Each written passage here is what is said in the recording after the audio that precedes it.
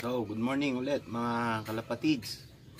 Welcome back po dito sa aking channel, ang KR Vlog. So, today is Saturday.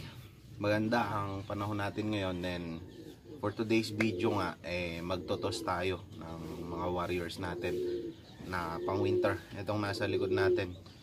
So, medyo late na. Tirik na yung araw. So, ayan, makita nyo yung ulap. Asul na asul. Ayan. Ganda ng panahon natin ngayon. So ayan, magtotos tayo ng ibon. Siguro mga 10 to 15 kilometers. Dahil malapit na nga yung club training natin, which is next week na. Yung schedule kasi na inilabas ng UFC is August 20. May training na tayo. Hindi ako nagkakamali, is Concepcion Tarlac yun. So ngayon bibiglain na natin yung mga ibon. 10 to 15 kilometers, magtotos na tayo. Ang discarding gagawin ko na lang, isasama ko na lang yung dalawang ibon natin na medyo may edad na, yung si Grisel tsaka yung Blue Bar natin na umuwi ng Santa Ana, para yung dalawa na yun is magsisilbing guide nila sa pag-uwi, para hindi sila masyado mahirapan nga itong mga warriors natin ng winter. For anything else pala, maraming salamat po kay Sir Ronald Cunanan na pinaunlakan niya yung pag-lock visit natin sa kanya. Napanood niyo yung video, dalawang part pa nga. Yung isang video, yung part 1 is umabot na ng 9,000 views. Pero yung part 2, wala pa yatang 2,000. So, bagay, okay lang yun. Hindi ko alam bakit ganon. Siguro, maraming hindi naka-online kaya hindi pa nila napapanood yung video. So, ayun. Then, as of today nga, nasa 1,300 subscribers na tayo, or 1,295 yata, hindi ako nagkakamali. Malapit na sa 1,300. So malapit na tayo dun sa 2,000 subscribers, road to 2,000. Sabi ko nga, mamimigay tayo ng ibon, which is yung anak ni Grisel. Salamat po kay Sir Ronald Cunanan. Nakita nyo yung mga ibon niya, ang gaganda. So the last summer race, siya ngayon nag-champion ng PBFRC, ang Pampanga Bulacan Fancy Racing Club. Though hindi ako naglalaro kasi dun UFC lang ako naglalaro talaga. So solid fans ako ng UFC. Yung video na yon na ginawa ko, kaya ginawa ko yon, magsilbing inspirasyon sa ating lahat. Hindi lang sa akin, syempre para sa inyo. Pinakita ko nga sa inyo, kung nakita nyo yung part 2 sa mga nakapanood, yung trophy niya, nakita nyo yung isang lamesa, isang dining table, punong-puno ng trophy. So magsilbing inspirasyon sa inyo and motivation sa ating lahat na darating ang panahon, magkakaroon din tayo ng ganun. So tara, samahan nyo ako. Ilalagay natin sa training box tong mga ibabasket natin.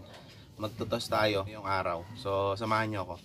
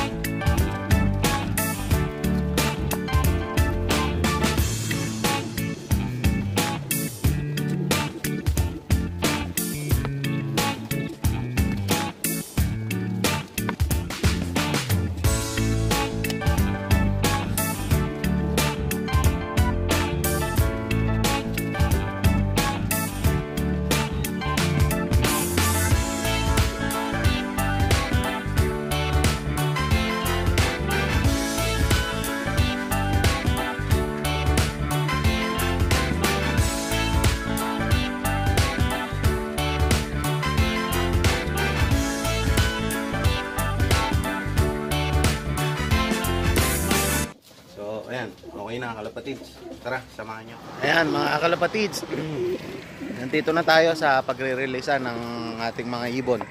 So medyo ipapahinga lang natin sila ng konti. Ayan. So ayan, maganda ang panahon. Tirik na ang araw. Sa tansya ko mga nasa 12 kilometers ang layo natin sa loft natin. So ayan. So yung lahat ng ibon na flyers natin, sinakay ko na lahat. Pati yung mga South na ilalaro natin. Meron dalawa kasi dito na young bird. Though hindi sa akin yon, sa bayaw ko siya yung nag-breed nun, siyang maglalaro, siya maglilipad, pero sinama ko na kahit na pang South yon. So ipapahinga lang muna natin sila ng konti, then i-release na natin. So ayan, ganda ang luwalas ng kapaligiran dito. Ayan, ganda. So balikan ko kayo. So ayan mga kalapatids, medyo napahinga na sila ng konti.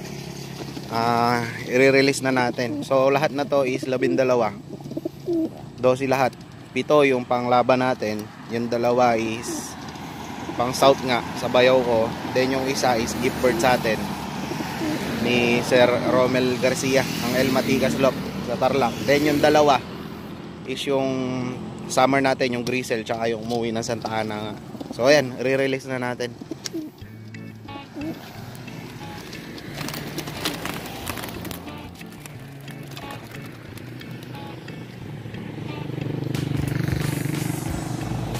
So ayan na, lumayo agad.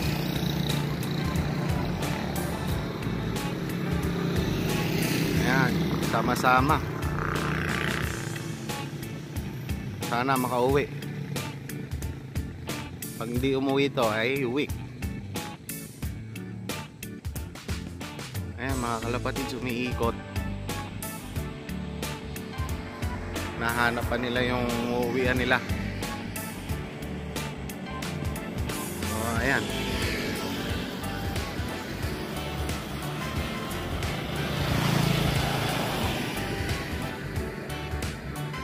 So ayan mga kalapatids, abangan natin. Uwi na rin tayo. So ayan na mga kalapatids, umuwi na yung mga ibon natin. Dito na rin tayo sa bahay. Ayan, yung iba nandun sa taas ng tangke ng tubig, ayan. Then yung blue bar natin tsaka yung Grisel is nagro-ronda pa. Ay hindi, ito pala yung Grisel, pero meron pang dalawang umiikot.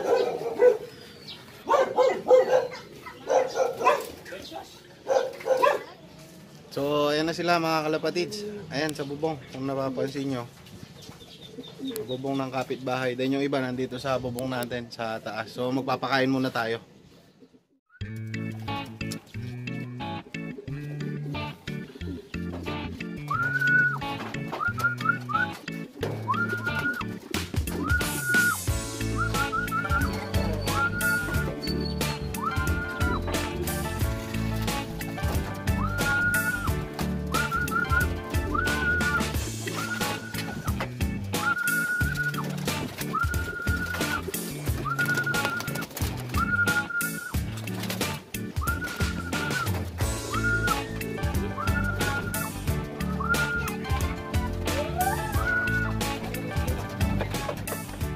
Mga kalapatids, tapos na nga tayong magtos ng mga alaga natin.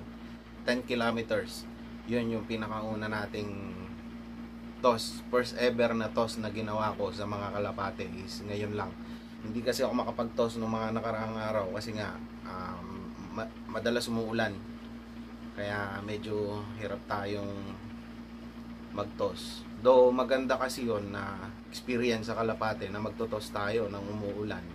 Kaso ang problema is single lang kasi ako, mahirap magbiyahe ng umuulan din kasama mo yung mga kalapate.